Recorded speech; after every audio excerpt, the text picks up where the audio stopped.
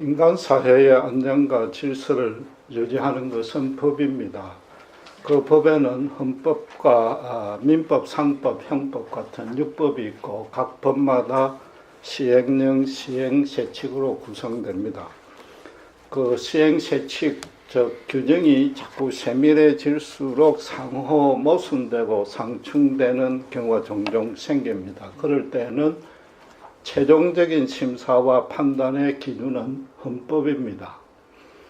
성경도 신구약 66권으로 구성이 되어 있는데 아주 많은 장절이 있기 때문에 상호 모순처럼 보이는 구절이 있고 또 해석이 아주 까다로워서 여러 가지 의견들로 나누어질 수도 있습니다. 그럴 때 헌법처럼 해석의 절대적인 기준이 되는 게 있단 말입니다.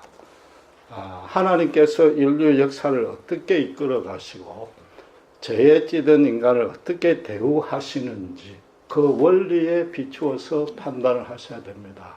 그건 바로 예수님의 십자가 구속에 드러난 하나님의 사랑과 공의가 기준이 되어야 되는 겁니다. 한마디로 말하면 하나님의 성품입니다. 그 성품에 따라 판단하시면 됩니다. 오늘 보신 본문은 하나님의 아들과 사람의 딸이 결혼했다고 진술하고 있습니다. 그래서 그들이 누구인지, 그게 무슨 의미인지 신학자들 간에도 의견이 분분합니다. 사람의 딸은 2절에 보면은 아름답다라는 수식어가 등장하기 때문에 예모만 중시하는 자다. 또 하나님과 대비해서 사람의 딸이라고 표현했으니까 하나님에 대한 믿음이 없이 세상 향락에 물든 죄인의 딸이라고 해석하는 데는 이론의 여지가 없습니다. 그런데 과연 하나님의 아들은 무엇인가? 누군가? 의견이 아주 많은데 가장 대표적인 것 3개만 살펴보겠습니다. 첫 번째는 고대 왕들은 스스로 신이라고 호칭을 했고 구약 성경에도 보면은 귀족이나 왕족을 하나님의 아들이라고 표현을 했습니다. 그러니까 유대인 랍비들은 귀족의 아들이 천민의 딸과 결혼한 것으로 해석을 합니다. 이는 하나님은 단 한 번도 사회적인 신분을 가지고 사람을 나눈 적이 없습니다. 차별한 적이 없습니다. 그러니까 이건 당연히 틀린 해석입니다. 두 번째가 가장 의견이 분분한데 타락한 천사가 인간의 여성과 성적 관계를 맺고 거기에서 태어난 게 네피림이라는 거인족이었다라고 보는 거죠. 이 또한 구약에 보면은 천사들을 하나님의 아들이라고 지칭한 예가 있고 특별히 4절과 연결해서 생각했기 때문에 그런 해석이 나옵니다. 그러나 여러분 천사란 것은 영적인 존재로 원래는 육체가 없는 겁니다. 거기다가 남녀 성별로 나눌 수가 없습니다. 성이란 것은 죽을 수밖에 없는 유한한 존재들어 후손을 번식시킬 필요가 있기 때문에 주신 것입니다. 죽지 아니하는 천사가 성을 나눌 의미도 없습니다. 천사와 인간의 성적 관계는 아예 불가능한 거죠. 물론 성경에는 천사가 인간 그 중에서도 남자의 모습으로만 등장합니다. 그건 당시에 인간들이 남성 우위적인 인식을 갖고 있기 때문에 거기에 맞춘 것이고 또 하나님의 뜻도 가정과 사회에서 하나님을 대리할 영적인 지도자로 남성을 세웠습니다. 그러니까 이게 어디까지나 천사가 남성으로 나타난 것은 인간이 이해할 수 있는 방식으로 당신의 뜻을 계시한 것이지 천사가 인간이 될 수 있다 이런 뜻은 그 안에 전혀 없단 말입니다. 만약에 천사가 인간 여성과 성적 관계를 가지고 후손을 낳게 된다면은 아주 치명적인 신학적인 결함이 등장합니다. 뭐겠습니까? 성육신의 의미가 감소되는 거죠. 아기 예수가 성령으로 마리아에게 잉태하신 것은 메시아가 인간의 몸을 입고 오기 위한 도구요, 통로였을 뿐이지 성령이 마리아와 성관계한 건 전혀 아니지 않습니까? 성육신이란 것은 흠이 없고 완전하고 순전한 제물로 십자가에 바쳐지기 위해서 필수적인 조처였습니다. 그건 인류 역사상 전무후무한 일입니다. 딱 한 번만 있어야 될 사건입니다. 그 성육신과 유사한 출생이란 것은 있어도 안 되고 있을 수도 없는 겁니다. 성경 전체에서 첫째로 가장 중요한 주제인 예수님의 십자가 구속에 비추면 이건 완전히 틀린 겁니다. 그러니까 세 번째 마지막으로 가장 타당한 의견은 하나님을 따르던 아벨과 셋 계열의 경건한 자라는 거죠. 오늘날로 치면 신자입니다. 우리가 지난주에 배운 대로 창세기 4장 26절에 여호와의 이름을 부르기 시작했던 그 사람들의 후손인 거죠. 그 구약에서는 사람도 하나님의 아들이라고 지칭하는 애들이 많이 나옵니다. 그 대표적인 걸 하나 보면은 시편 82편 6절에 내가 말하길 너희를 신들이라고 심지어 했고 지존자의 아들들이라 하였다고 그랬습니다. 이건 당시에 재판장에 대한 존칭을 사용한 겁니다. 하나님의 공의를 바로 세울 책임을 강조한 거죠. 하나님의 일을 대신하되 그 중에서 가장 중요한 자들이 재판장이라는 거죠. 그러니까 하나님의 아들들이라고 표현한 겁니다. 그래서 하나님의 아들이라고 해서 천사나 그와 유사한 신비한 존재로만 제한해서 해석할 이유는 전혀 없는 겁니다. 많은 신자들이 성경을 볼 때 이건 성경 안에는 아주 경건하고 심오한 의미만 있는 줄로 알고 지레 겁을 먹는 경향이 있습니다. 아닙니다. 하나님의 진리는 단순합니다. 인간이 이해할 수 있는 방식으로 말씀하셨습니다. 인간의 이성과 상식을 초월할 수는 있어도 절대 그게 모순 상충되지 아니한단 말입니다. 그 말은 뭔가 해석이 비상식적이고 비논리적으로 여겨지면은 벌써 그건 잘못된 해석일 가능성이 많다는 뜻입니다. 본문에서 하나님의 아들과 사람의 딸의 결혼만 언급했단 말입니다. 그렇죠? 그럼 하나님의 딸들과 사람의 아들은 결혼 안 했습니까? 왜 성경은 그걸 침묵하고 있습니까? 만약에 그들이 결혼했으면 그들은 또 누구이며 결혼 안 했으면 왜 안 했으며 결혼했다면 그게 무슨 의미인지 따져봐야 될 거 아니에요. 당시에 남성이 우위적인 우월한 사회 여건이었다라면은 사람의 아들의 결혼 거기에 대해서 이런 방구가 없다는 이것 자체부터 이미 이상하단 말이에요. 그렇죠? 하나님의 아들을 천사로 해석한다면은 하나님의 딸도 천사로 해석해야 됩니다. 그러나 성경에는 아무리 봐도 여성 천사가 등장하지 않습니다. 그럼 결론이 뭡니까? 간단하지요. 문자적 의미로 해석해서는 안 된단 말이에요. 하나님의 강조하고자 하는 다른 뜻이 내포되어 있다.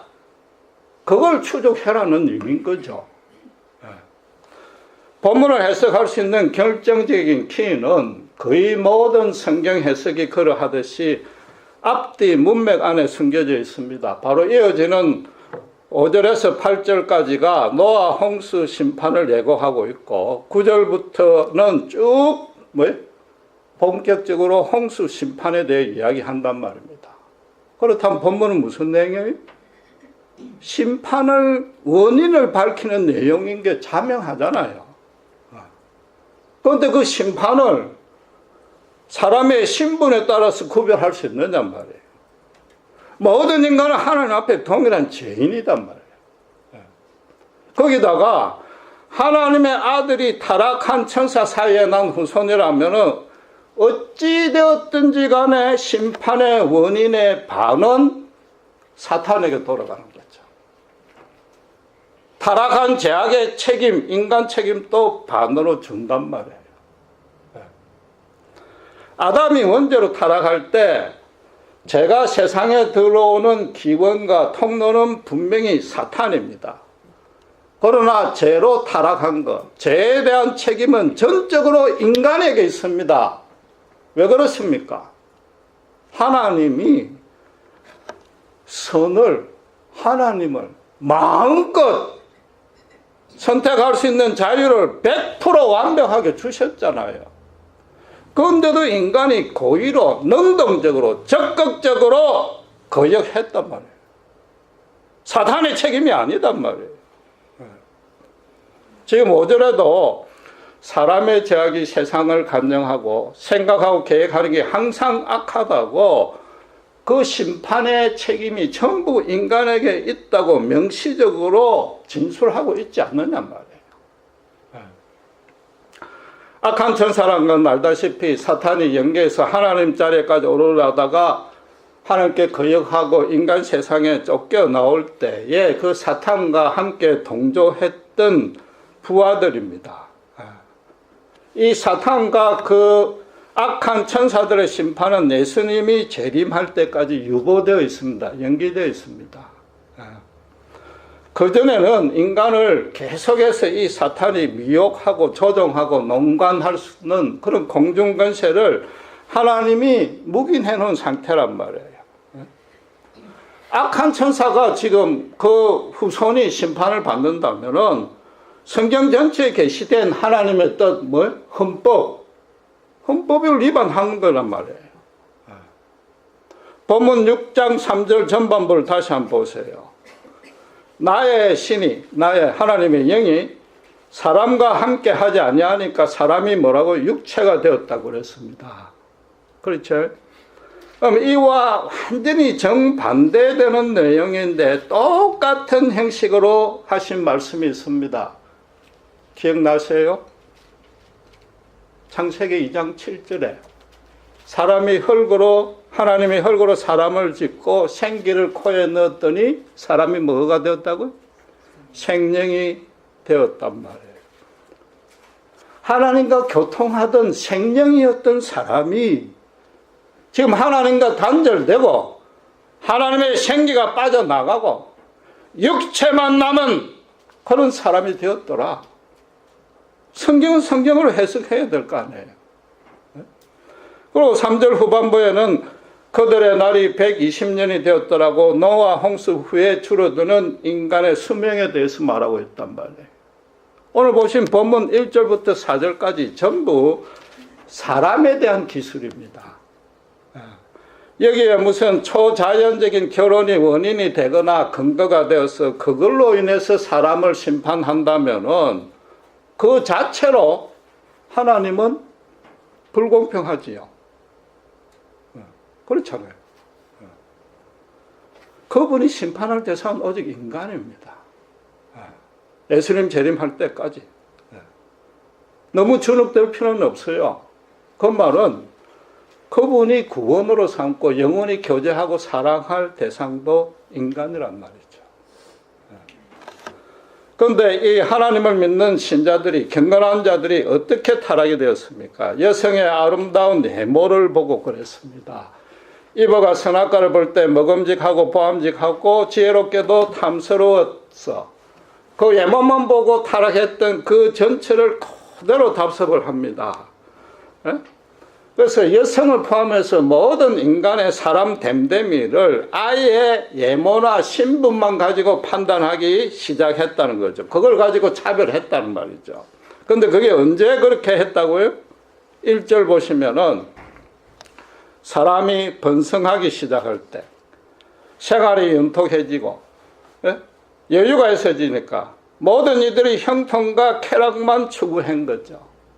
삶이 풍족하면은 하나님께 감사해야 될 텐데 감사하기는커녕 정반대로 사탄을 쫓았다 이 말인 거예요. 거기다가 엄청난 내용이 2절에 있습니다. 자기들이 좋아하는 모든 자로 아내로 삼았다고 그랬습니다. 이게 문법적으로 따지면은 주어가 복수니까 결혼할 대상인 목적어도 복수로 일치시킨 것, 수를 일치시킨 것으로 그치지 아니한단 말이에요.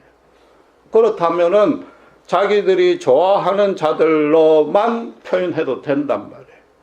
구태여 그 앞에 모든이란 말이 필요가 없는 거죠. 모든이란 수식어가 붙은 건 무슨 뜻이에요? 라멕처럼 남의 아내가 이쁘면 무력으로도 빼앗듯이 마음에 들면 무조건 아내로 취했다 이 말이죠. 성적으로 도덕적으로 문란이 극도에 이르렀고 인간 사회의 질서를 유지할 법은 완전히 무용지물이 되었고 오직 재력과 돈과 무력이 활개치고 좌지우지하는 하나님의 공의가 완전히 상실된 그런 상황이 되었더라 이 말인 거죠. 노아 홍수를 접하는 우리 많은 신자들이 하나님이 어떻게 그 딱 한 가족만 남기고 몽땅 심판했을까? 너무 무자비한 것 아닌가? 그런 인상도 갖고 의심을 갖습니다. 그러나 이 본문을 오늘날에 비유하면 이런 겁니다. 하나님을 아는 자, 경건한 자, 장로, 목사들이 혼내 정사만 한 게 아니고 첩까지 두었고 첩만 둔 것이 아니라 모든 자를 아내로 삼았단 말이에요. 직분과 권세를 악용해서 심지어 남의 아내도 빼앗더라. 침례 요한을 죽였던 헤롯 안티바스 같은 그런 작태가 불신자뿐만 아니라 신자들에게 성행했더라. 그럼 과연 하나님과 인간 쪽에 어느 쪽이 더 심한가 말이에요.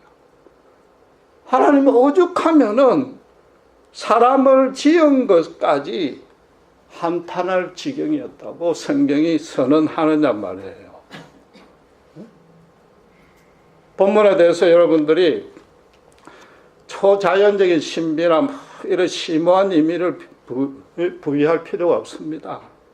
신자를 포함해서 모든 사람들이 겉으로 보이는 대로 판단하고 자기 자존심 높이고 욕정을 채우고 자기 자랑하는 방향으로 오직 그 방향으로만 생각하고 말하고 행동했단 말이에요.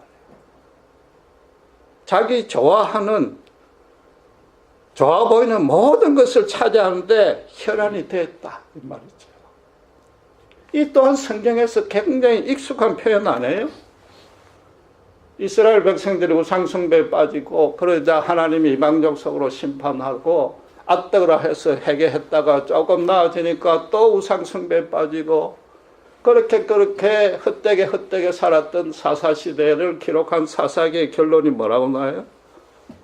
이스라엘에 왕이 없었더니 군주가 아니고 여호와에 대한 순전한 믿음이 없었더니 각자 소견에 옳은 대로 여기 선하고 악하고 죄냐 아니냐 그게 아니고 자기 기분대로 행했더라 이거죠.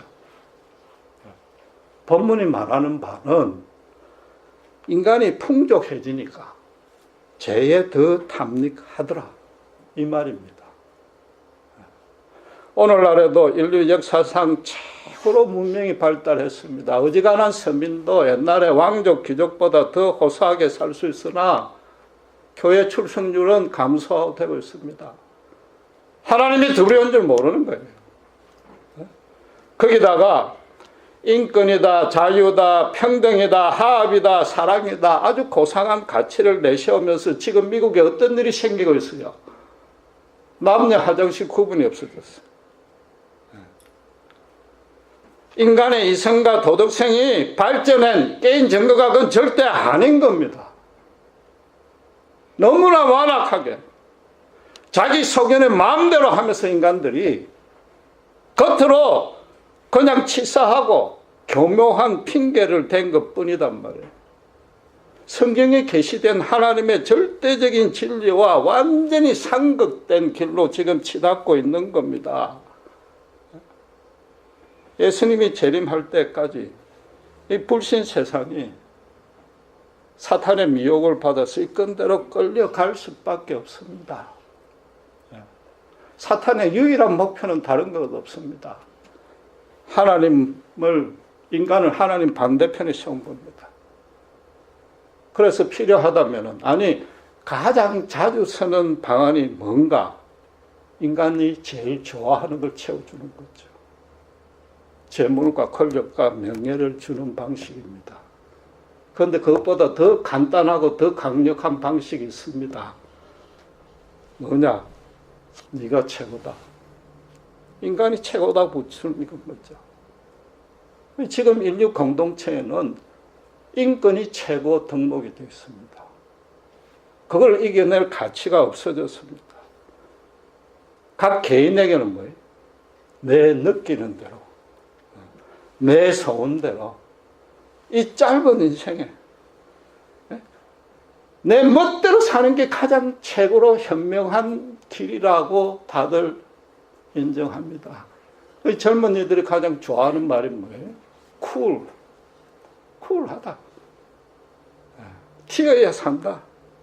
이거 아니냔 말이에요. 여러분 지금 불신자 탓하는 거 아닙니다. 잠시 착각하셨죠. 본문이 뭐라고요? 하나님의 생명이 되었던 사람이 타락해서 육체가 되었다 하고 있잖냔 말이에요. 오늘날 우리가, 제가 여러분 탓하는 게 아니라 제가 어떤 기도를 하는가 하면은 가끔 이런 기도를 합니다. 하나님 제발 이 문제만 한번 해결해 달라고. 그럼 정말 목숨을 걸고 하나님 일에 충성 헌신하겠습니다. 이 문제에 묶여가지고 도무지 시간과 여유가 없으니까 사역에 온전 집중할 수가 없습니다. 돈 문제 해결되고 이 문제만 해결되면은 정말 하나님 보란 듯이 하나님 일에 매진하겠습니다. 제가 어려운 형편 하나님 더 잘 아시지 않습니까? 라고 기도합니다. 그런데 하나님이 막상 문제를 해결해 주면 제가 충성할 것 같습니까? 안 할 것 같습니까? 하나님 그동안 너무 힘들어가지고 스트레스 너무 많이 받아가지고 어디 여행 한번 갔다 오고 From tomorrow. 여러분 지금 이게 화장실 갈 때 마음과 갔다 올 때 달라진다는 그런 평범한 얘기를 하려는 뜻이 없습니다. 우리 모두가 정말로 인정하기 싫지만은 인간을 주도하는 힘과 주체가 내가 아니라는 겁니다. 하나님입니다. 아니면 사탄입니다. 돈을 앞장세운 사탄입니다. 그 둘 중에 하나입니다. 하나님을 멀리하는 순간 자동적으로 사탄에게 넘어갈 수밖에 없는 존재가 인간이요, 신자요, 목사입니다. 바울 같은 위대한 사도가 로마서 7장 23절에 뭐라고 실토했습니까? 내 지체 속에 또 다른 법이 있어서 죄의 법이 나를 사로잡아 오는 것을 보는도다. 너무 재밌는 표현 아니에요? 내가 죄에 묶여가지고 꼼짝 못하는 걸 자기가 자기를 본대요. 뻔히 알고도 당한단 말이에요. 속수무책으로. 그러니까 바울이 사망의 몸이다. 이 공고한 몸에서 누가 나를 건지랴? 그렇게 한탄했단 말이에요. 감히 바울의 우리가 견주자는 얘기도 전혀 아니에요. 바울이 그러다가 어떻게 됐어요? 40에 하나 감한매를 5번이나 맞았고 3번 태장으로 맞았고 1번 돌로 맞았고 3번 파송했습니다. 그거 다 죽을 고비입니다. 죽을 고비를 수도 없이 넘겼단 말이에요. 그럼에도 끝까지 하나님의 소명에 충성해서 기독교 역사상 최고의 위대한 사도가 되었고 기독교를 반석에 올렸단 말이에요. 그 바울과 우리의 차이는 뭐냐 말이에요. 바울이 뭐 갑자기 슈퍼파워가 생겼는가? 갑자기 거룩해졌는가? 그 믿음이 너무나 세져서 절대 요동치 아니했는가? 아니단 말이에요. 본인이 실토했지 않느냐 말이에요. 죄의 법에 묶여오는 걸 자기가 본다고. 그게 구원 단계냐 성화 단계냐 뭐 신학적으로 의견이 분분하지만은 성화 단계에서 믿고 난 이후에 사도의 단계에서 실토한 걸로 보는 게 정설이고 저도 그렇게 따르는데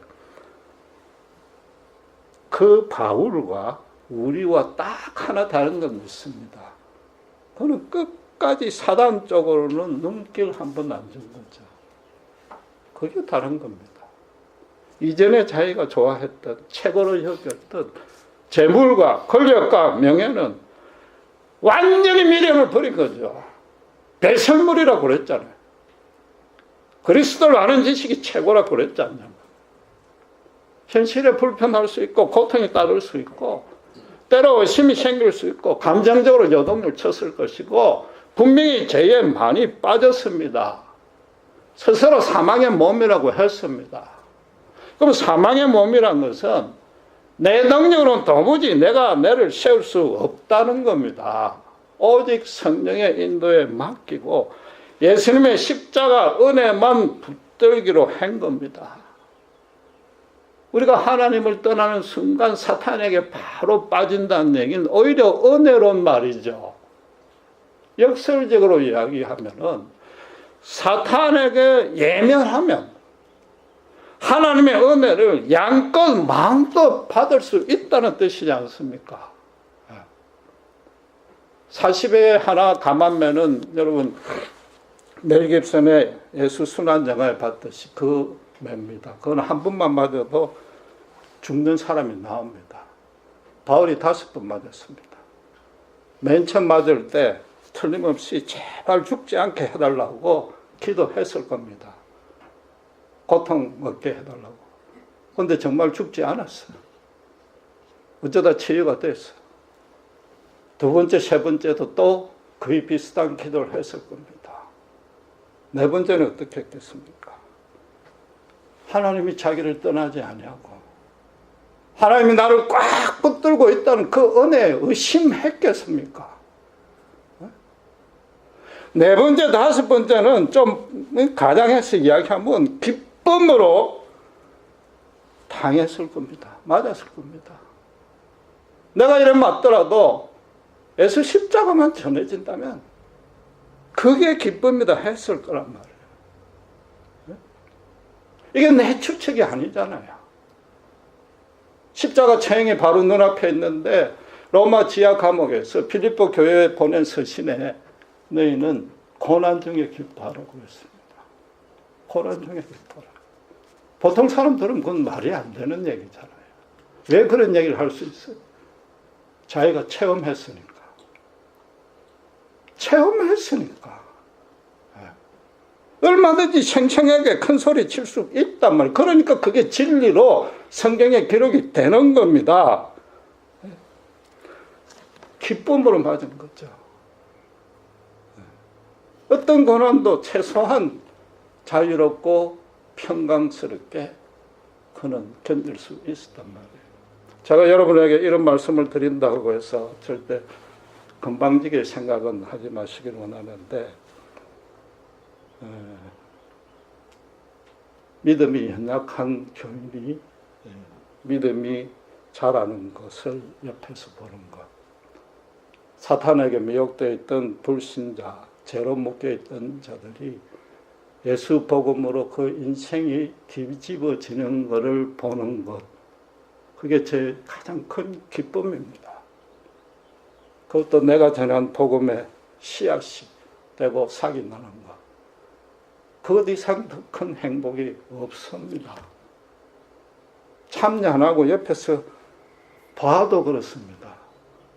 그런 하나님이 여러분 가운데 있었기 때문에 지난 2년 반을 견딜 수 있었던 겁니다. 그 기쁨은 세상이 주는 어떤 고통과 개인적인 고통하고 비교가 안 됩니다. 수십 배, 수백 배 큰 겁니다. 기껏 내 자존심 건드리는 그 얄랑한 세상 사람들의 비난, 불평가 아무것도 아니게 되는 겁니다. 왜? 그들은 사탄의 미혹이 되어 있고 뭐가 뭔지 아직 모르는 거죠. 거창하게 바울처럼 선교사, 목사 되라는 얘기가 아니고 고통이 있거나 문제가 있거나 그럼 정말 하나님과 실제로 실험해보세요. 기도해보고 하나하나 해결해보세요. 성경의 진리가 정말로 진리인지 아닌지 내 인생 전부를 걸만한 어떤 진리를 찾아야 될 것 아니에요. 교회 나오고 성경 공부하는 게 뭐냐 말이에요. 이게 절대적인 진리가 되어야 내 인생의 주인이 정말 하나님을 체험하고 확정하고 그래서 난 두 번 다시 사탄 쪽으로 이전에 내가 미련을 두었던 쪽으로 눈도 안 돌리리라 그래 돼야 될 거 아니에요. 한 번뿐인 인생에 자기 기분대로 사는 것 아주 중요합니다. 신자도 즐길 의무가 있고 아니 충분히 즐길 자격이 됩니다. 그러나 한 번뿐인 인생이니까 더더욱 하나님이 과연 어떤 분인가? 성경이 이게 진짜 진리인가? 내 모든 걸 걸만한가? 그거는 해결해야 될 거 아니에요.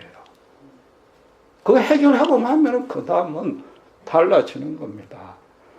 정말로 불쌍한 사람들 눈물로 기도해 보세요. 그 사람이 변화되는 것. 뭐 복음까지 안 가도 돼.